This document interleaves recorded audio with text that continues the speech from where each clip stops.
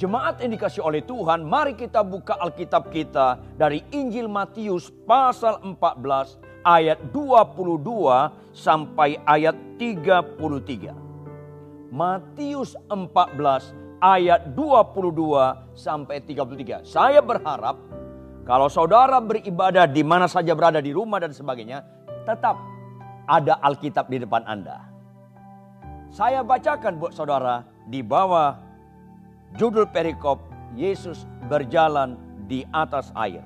Sesudah itu Yesus segera memerintahkan murid-muridnya naik ke perahu dan mendahulunya ke seberang. Sementara itu ia menyuruh orang banyak pulang.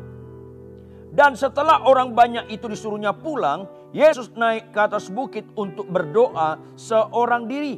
Ketika hari sudah malam, ia sendirian di situ.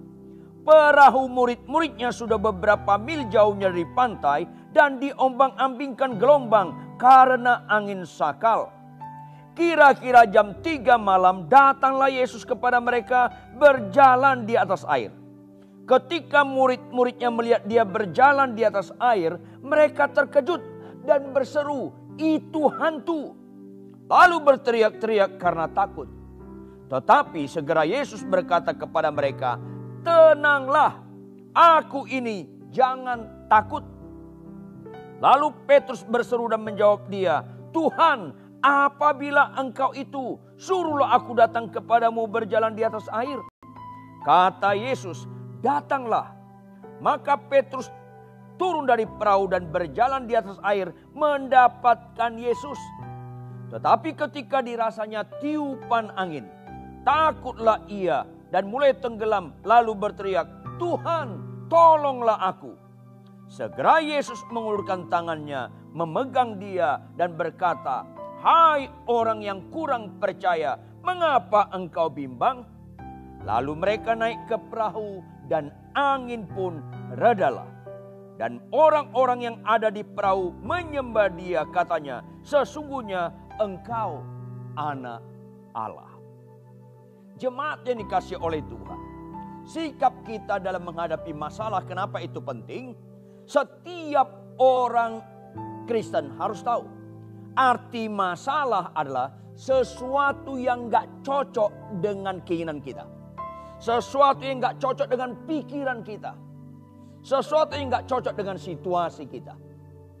Itu antara lain makna masalah. Dan sebagai orang ikut Yesus, akan kita mengalami banyak masalah.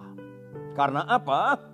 Karena orang setelah bertobat lahir baru, dia harus mau diproses. Bahwa dia sudah lunas dibayar, Yesus itu Tuhan, Kyrios, kita ini sudah dibeli oleh dia sebagai doulos, hamba, budak. Tuhan yang memiliki kita, dia satu-satunya Tuhan kita. Kita imamat yang rajani, kepunyaan Allah sendiri. Kepunyaan Allah, eksklusif kepunyaan Allah. Begitu kita kepunyaan Allah, kita harus ikuti cara Allah. Mulai ada masalah. Karena orang bertobat lahir baru tidak otomatis egosentrisnya hilang. Makanya barang siapa ikut Yesus, Tuhan bilang 2 syarat utama yang tidak bisa berubah. Yaitu sangkal diri. Mulai ada masalah. Karena mental kita bukan mental sangkal diri. Mental kita mental bela diri. Kedua, pikul salib. Lebih masalah lagi. Karena mental kita tidak mau pikul salib. Maunya menyalibkan orang lain. Makanya dalam proses itu ada terjadi, aku makin berkurang, Yesus makin bertambah. Aku makin berkurang, Yesus makin bertambah. Di situ mulai ada masalah. Tapi kalau kita ikuti cara Tuhan, di situ kita bicara kemenangan yang sejati. Masalah kita butuhkan supaya kita mengerti bahwa kita tidak dapat kita andalkan. Masalah diperkenankan supaya kita tahu iman asli itu kelihatan ketika menghadapi masalah. Bukan ketika sakit kita sembuh. Bukan ketika kita dapat berkat. Itu nggak kelihatan iman seseorang. Justru di tengah lembah kekelaman, di tengah badai, di tengah gelombang, orang kelihatan dia beriman atau tidak. Kristen harus disimpulkan di ketaatan dan kesetiaan. Ketaatan dan kesetiaan yang teruji, yang asli, yang berkualitas ketika ada tantangan, yaitu badai gelombang masalah. Makanya ayat 22 dimulai dengan apa? Sesudah itu. Sesudah apa? Sesudah murid-murid melihat betapa luar biasanya Tuhan membuat 5 roti 2 ikan dipecah-pecahkan, makan 5.000 orang lebih, sisa 12 bakul, 12 keranjang. Seolah-olah representatif 12 muridnya. Murid-muridnya euforia berlebihan. Wow, luar biasa, Tuhan hebat. Di tengah-tengah berkat, jemaat yang dikasih oleh Tuhan, kita kurang berbobot mengatakan Tuhan hebat ketika di tengah-tengah berkat berkelimpahan. Kurang berbobot. Orang berbobot mengatakan Tuhan baik, Tuhan ajaib, ketika di tengah masalah kita tetap taat dan setia pada Dia. Itu yang berbobot. Makanya sesudah itu, sesudah murid-muridnya mendapat berkat yang mengagumkan murid-muridnya dari aspek manusia, Yesus segera memerintahkan murid-muridnya naik ke perahu dan mendahulunya ke seberang. Ada unsur kesengajaan. Sengaja memerintahkan murid-muridnya naik ke perahu dan mendahulunya ke seberang. Sementara itu ia menyuruh orang banyak pulang. Dan setelah orang banyak itu disuruhnya pulang, Yesus naik ke atas bukit untuk berdoa seorang diri. Ketika hari sudah malam, ia sendirian di situ. Kalau kita perhatikan kronologis dari perikop sebelumnya sampai ayat ini, lebih kurang Yesus menyuruh murid-muridnya jam 6:30 malam naik ke perahu. Yesus naik ke atas bukit berdoa seorang diri. Ayat 24. Perahu murid-muridnya sudah beberapa mil jauhnya dari pantai. Lebih kurang jam 7 malam. Dan diombang-ambingkan gelombang karena angin sakal. Jam 7, jam setengah 8, jam 8. Kena angin sakal, kena gelombang. Dan gelombang itu makin hebat dan makin hebat. Ayat 25. Kira-kira jam 3 malam datanglah Yesus kepada mereka berjalan di atas air. Perhatikan jemaat sekalian. Kira-kira jam 3 malam datanglah Yesus kepada mereka berjalan di atas air. Datang kepada murid-muridnya. Perhatikan, jangan gagal fokus. Ketika Yesus datang kepada murid-muridnya, otomatis langsung gak badai angin sakal gelombang berhenti? Tidak. Tidak. Jangan mau dikecoh. Tidak selalu ada Yesus masalah selesai. Tidak. Kalau itu penekanan, Anda akan kecewa dalam mengikuti Yesus. Yesus datang jam 3 malam. Berarti kalau mereka kena gelombang jam 7, jam setengah 8, jam 8 malam. Kena gelombang begitu hebat. Jam 3 dini hari Yesus datang. Berarti mereka lebih dari 7 jam. Mereka kena gelombang yang begitu mengerikan. Kalau Anda ke Timur Tengah, ke Danau Galilea tepatnya, tanya sama orang-orang yang mengendarai perahu di sana, yang termasuk yang paling ditakuti mereka adalah angin sakal. Itu angin yang menakutkan, gelombang yang begitu bisa menenggelamkan perahu. Anginnya tidak beraturan. Digoncang bukan kiri kanan, bisa muka belakang, kiri kanan, kanan kiri. Goncang, begitu tidak beraturan. Dan kalau kita perhatikan secara umum, sekitar 7 jam lebih mereka digoncang. Apa yang terjadi pada murid-muridnya? Catat baik-baik. Minimal mereka pusing, perut mereka dikocok, dan mereka muntah. Seolah-olah Tuhan sedang mengajarkan murid-muridnya bahwa iman itu bukan kelihatan ketika dapat berkat. Bukan. Bahwa orang benar itu bukan soal makan dan minum. Jangan fokus kepada mujizat makan berkelimpahan. Bukan. Tapi kita taat dan setia enggak mengikuti Tuhan bagaimana kita hidup. Ini penting sekali. Ciri utama Kristen adalah keteladanan dalam karakter. Itu ciri utama Kristen. Sakit sembuh, masalah selesai. Itu bukan ciri utama Kristen. Ciri utama Kristen ada keteladanan hidup. Punya kesaksian kehidupan di atas rata-rata. Sehingga kita menjadi surat-surat terbuka yang bisa dibaca orang. Itu perlu diproses sedemikian rupa supaya ada perubahan hidup. Nah, Yesus memperkenankan murid-muridnya menghadapi masalah. Gelombang yang begitu hebat yang membuat mereka lebih kurang 7 jam lebih mereka digoncang dan mereka muntah-muntah. Jangan gagal fokus. Perhatikan berikutnya. Kira-kira jam 3 malam datanglah Yesus kepada mereka berjalan di atas air. Ketika murid-muridnya melihat dia berjalan di atas air, mereka terkejut dan berseru, "Itu hantu."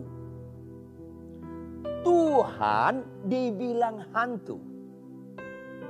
Berarti mereka benar-benar belum mengenal Yesus secara sungguh-sungguh. Mereka dikendalikan oleh pikirannya, sudut pandangnya. Sehingga Tuhan dianggap hantu. Jemaat sekalian, saya latar belakang saya dulu dosen musik. Saya pernah mengarahkan pengarang-pengarang lagu. Kalau Anda mengarang lagu, Anda perhatikan penekanan setiap suku kata pada kata. Suku kata pada kata. Kalau Tuhan penekanannya di tu. Tuhan di tu. Jadi kalau Anda buat lagu 4/4, birama 4/4, ketukan pertama itu keras, nomor 2 ketukan ketiga. Jadi kalau ada sair kata Tuhan, sebaiknya tempatkan di ketukan pertama atau ketiga. Jangan ketukan kedua atau keempat, itu ketukan yang lemah. Kalau tu itu di ketukan pertama, Tuhan, ketukan kedua lemah, itu cocok. Tuhan, Tuhan, Tuhan, Tuhan, cocok.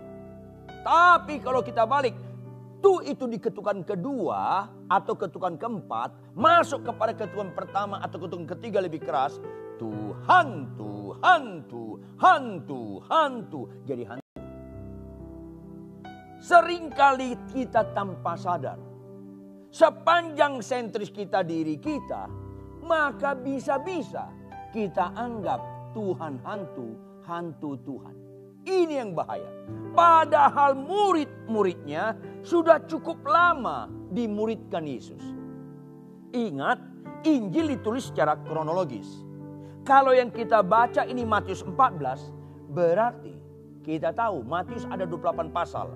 Pasal 14, lebih kurang setengah perjalanan Yesus sudah memuridkan murid-muridnya. Tapi tingkat pengenalan mereka akan Yesus masih tidak mudah untuk seperti yang dipikirkan Kristus.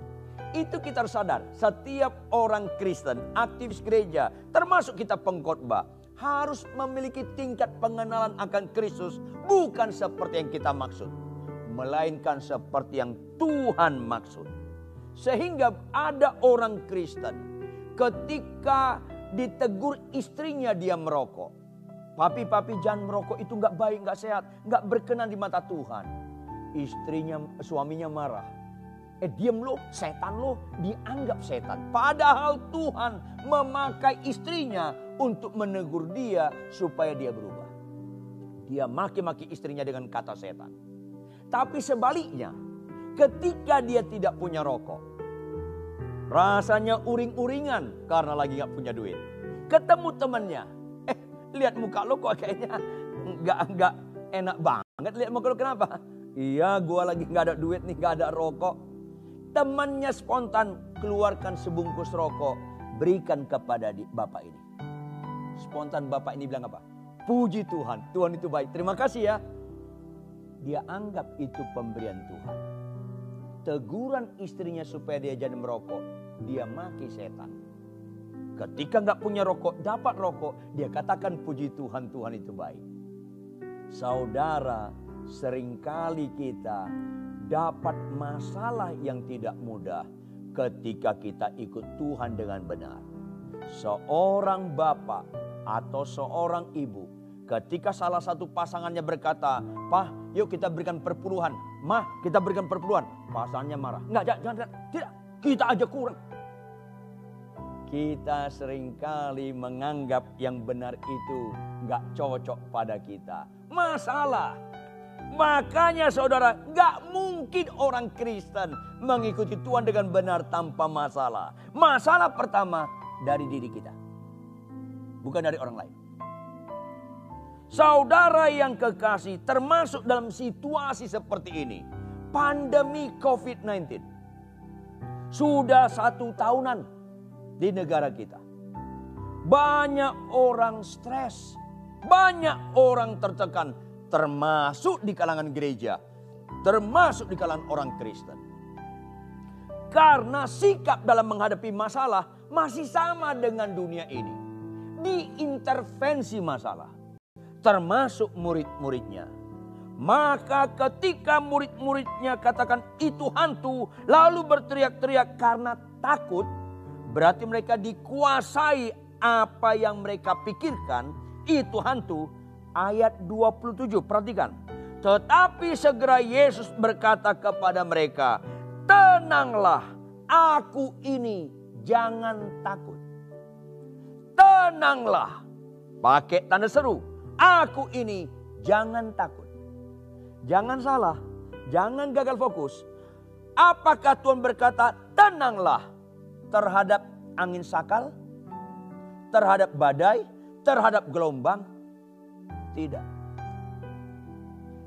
Tenanglah, yaitu jiwa mereka harus tenang bersama dengan Tuhan walaupun masalah tetap ada. Tenanglah pada pribadi Petrus dan kawan-kawan, bukan pada masalah. Catat baik-baik.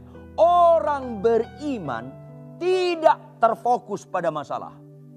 Orang beriman tidak terfokus pada durasi masalah. Panjang pendek masalah, bukan itu fokus kita. Bukan. Kalau itu fokus kita, kita akan kecewa dalam mengikuti Tuhan. Kita bisa stuck atau mundur dalam mengikuti Tuhan. Sikap kita harus benar dalam menghadapi masalah. Masalah alat untuk kita teruji mencintai Tuhan. Tenanglah. Makanya saya harap kita semua gak usah doa puasa supaya pandemi ini cepat berhenti. Gak usah.